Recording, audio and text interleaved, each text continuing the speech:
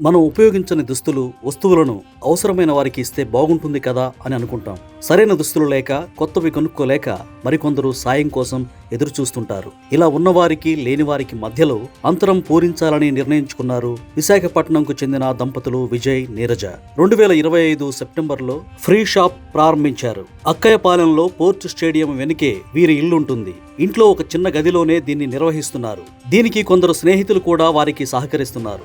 ఈ విషయాన్ని సోషల్ మీడియాలో షేర్ చేయడంతో దాతల నుంచి విశేష స్పందన లభిస్తోంది. ఇప్పటి వరకు 3,000 మందికి పైగా దుస్తులు, ఇతర వస్తువులు వీరికి అందజేశారు. విజయ్, నీరజ గతంలో స్వచ్ఛంద సంస్థ ద్వారా వైద్య శిబిరాలు, ఇతర సేవా కార్యక్రమాలు నిర్వహించేవారు. పిల్లలు పెద్దవాళ్ళవడంతో ఎక్కువ సమయాన్ని సమాజానికే వినియోగించాలని నిర్ణయించుకున్నారు. ప్రతి ఆదివారం ఉదయం 9 గంటలకే షాప్ తెరుస్తారు. అక్కయ్యపాలెం, నరసింహనగర్, గణేష్ నగర్, కంచరపాలెం, మురళీనగర్ తదితర ప్రాంతాలకు చెందిన వారు ఇక్కడికి వస్తారు. ప్రతి ఒక్కరూ ఎవరిని అడగకుండానే తమకు నచ్చిన ఏదైనా ఒక వస్తువు తీసుకొని సంతోషం వ్యక్తం చేస్తున్నారు. ఇప్పటి వరకు పలువురికి దుస్తులు, విద్యుత్ ఉపకరణాలు, వంట వస్తువులు, ఫ్యాన్లు, షూలు, కళ్లద్దాలు ఇలా వివిధ రకాల వస్తువులను అందజేశారు. దాతల నుంచి దుస్తులు, వస్తువులు అందుతున్నాయి. కొందరు దుకాణానికి తీసుకొచ్చి ఇస్తుండగా ఒక్కోసారి దాతల వద్దకే ఈ దంపతులిద్దరూ వెళ్లి సేకరిస్తున్నారు. పొరుగు ప్రాంతాల నుంచి మరికొందరు పార్సిల్స్ పంపిస్తున్నారు. దుకాణానికి వచ్చిన దుస్తులను పిల్లలు, పెద్దలు, స్త్రీ పురుషుల అవసరాలను బట్టి వేరు చేస్తారు.